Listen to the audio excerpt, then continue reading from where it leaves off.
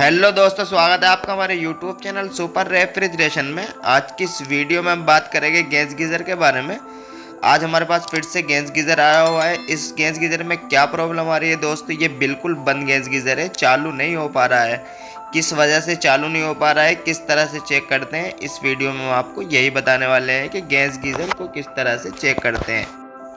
शुरुआत से ही हम आपको यही बताते हैं कि स्टार्टिंग से गैस गीज़र किस तरह से चेक किया जाता है। ये हमने पहले से ही खोल रखा है। सबसे पहले तो आप खोलने से पहले उसके सेल वगैरह चेक कर लीजिए कि इसमें सेल वगैरह सब कुछ ओके है या नहीं है। सेल न्यू है या पुराने हैं, सेल में कोई कार्बन तो नहीं है। सबसे पहले आप सेल वगैरह ही खोल के चेक कर लीजिए। जैसे ही आप सेल को खोलोगे उसमें पता लग जाएगा कि कहीं से कोई जंग तो नहीं है। कार्बन आने की वजह से भी ये सेल ख़राब हो जाते हैं और सेल डिप भी ख़राब हो जाती है। आप इसको सेल हमारे न्यू है, आप देखेंगे बिल्कुल हिला जुला के देखेंगे, ये पलट के भी देख लिया, ऑन करके भी देख लिया, ये बिल्कुल ऑन नहीं है। अब हम इसको खोल कर चेक करते हैं। खोल कर चेक करने का क्या प्रोसेस है कि सेल हमारे सही है बिल्कुल, फिर भी ऑन नहीं हो रहा। तो सबसे पहले हमें सेल की डिब्बी से सेल के 3 वोल्ट चेक करने हैं कि हमारे प्रॉपर 3 वोल्ट इसके अंदर आ रहे हैं या नहीं आ रहे हैं। आप देखेंगे सेल हमारे न्यू लगे हुए हैं। मीटर को डीसी वोल्ट पर सेट करके हम इसमें 3 वोल्ट चेक करेंगे कि हमारे 3 वोल्ट प्रॉपर आ रहे हैं या नहीं आ रहे हैं। इस तरह से दोस्तों क्लैंप मीटर की मदद से आप इसके वोल्ट चेक कर सकते हैं। क्लैंप मीटर को डीसी पर सेट कर लेते हैं सबसे पहले और उसके वोल्ट चेक करते हैं। आप देखेंगे सेल की डब्बी से हमारे 3 वोल्ट प्रॉपर इसमें आ रहे हैं, यानी सेल भी हमारे ओके हैं और सेल की डब्बी भी ओके हैं।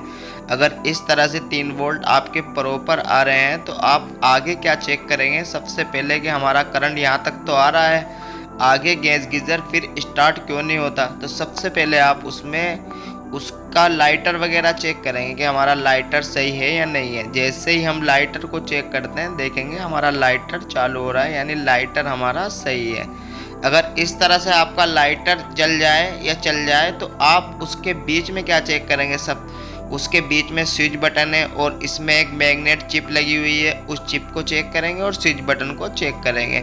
मैग्नेट चिप तो हमारी ठीक है, हमारा लाइटर इस तरह से सही तरीके से चालू हो रहा है, मतलब यहाँ तक तो करंट हमारा सही तरीके से आ रहा है। बीच में कहीं ब्रेक करंट हो रहा है जिस वजह से हमारा लाइटर चालू नहीं हो रहा है।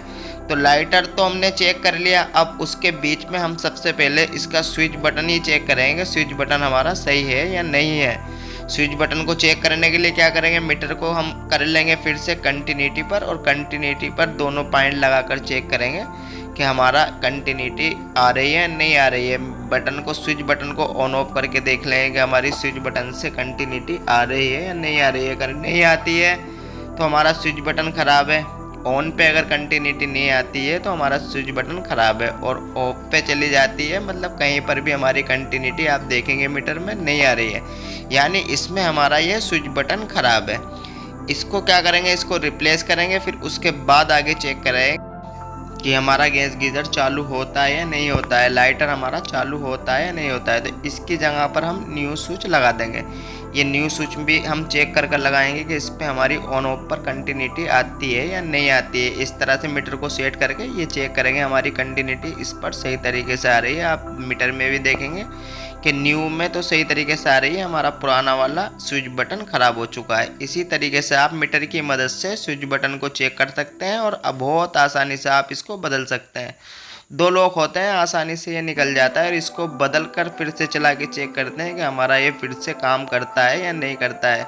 इसमें कुछ और तो प्रॉब्लम नहीं है। इसके अलावा क्या है, इसमें चिप मैग्नेट चिप लगी हुई है, उसकी वजह से भी ये काम करना बंद कर देता है। इसके जैक आसानी से लगा सकते हैं, जैसे बिल्कुल सेम जैक आते हैं और इसी तरीके से आप इनके जैक को भी लगा सकते हैं। अब इसको फिर से चला के देखते हैं। आप देखेंगे ये हमारा स्विच बटन लगाने के बाद भी चालू नहीं हुआ है। अब हम इसकी मैग्नेट चिप को चेक करेंगे। मैग्नेट चिप जैसे ही हमने चेक की तो इसके अंदर की मैग्नेट चिप हमारी टूटी हुई निकली। एक प्रॉब्लम हमारी ये भी है कि मैग्नेट चिप या फंस जाती है या जाम हो जाती है या कचरा आ जाता है मैग्नेट चिप पे, जिस वजह से ये काम नहीं करती है। इसको भी साफ़ करके लगाएं, चेक करके लगाएं। तो ये तो हमारी बिल्कुल टूटी हुई निकली है। इसकी जगह पर हम न्यू चिप लगाएंगे। इस तरह से मार्केट में कहीं भी आपको न्यू चिप मिल जाती है और बहुत आसानी से ये लग जाती है। चेक करने का प्रोसेस यही है कि आप क्लेम मीटर की मदद से इन सब चीज़ों को चेक कर सकते हैं। मैग्नेट चिप को लगाते हैं और मैग्नेट चिप को लगाने के बाद चेक करते हैं, बिल्कुल हमारा लाइटर भी चालू हो चुका है और गैस गीज़र हमारा सही तरीके से काम कर रहा है। आप देखेंगे मैग्नेट चिप को लगाते ही हमारा लाइटर चालू हो चुका है और इसका लॉक लगा देंगे, इसके लॉक भी आसानी से लग जाता है। लॉक आप देखेंगे नॉक प्लास की मदद से बिल्कुल आसानी से इसी तरीके से लग जाता है। इस तरीके से आप गीज़र के एक एक पार्ट्स को चेक कर सकते हैं क्लेम मीटर की मदद से। हमने इस वीडियो में आपको बताया कि अगर आपका गैस गीज़र बंद है तो आप स्टार्टिंग से किस तरह से चेक कर सकते हैं। सबसे पहले तो आप उसका करंट ही चेक कर लीजिए कि सेल की डब्बी से हमारा करंट बाहर आ रहा है नहीं आ रहा है। उसके बाद स्विच बटन वगैरह चेक कर लीजिए कि उस पर कंटिन्यूटी आ रही है या नहीं आ रही है, कि स्विच बटन हमारा सही तरीके से काम कर रहा है। इसमें स्विच बटन भी ख़राब निकला है और इसकी मैग्नेट चिप भी इस तरीके से ख़राब निकली है। इसका लॉक भी हमारा लग चुका है और गीज़र हमारा ये ओके हो चुका है। आप देखेंगे उल्टा सीधा करके कि मैग्नेट चिप हमारी सही तरीके से काम कर रही है, बिल्कुल सही तरीके से। गीज़र हमारा कंप्लीट हो चुका है, बिल्कुल सही तरीके से काम कर रहा है। आप लाइट देख रहे होंगे कि बिल्कुल सही तरीके से काम कर रहा है। उम्मीद करता हूं दोस्तों ये वीडियो आपको ज़रूर पसंद आई होगी। ऐसी ही टेक्निकल वीडियो देखने के लिए आप हमारे चैनल को सब्सक्राइब कर सकते हैं। मिलते दोस्तों अगली वीडियो में न्यू टॉपिक के साथ। जय हिंद।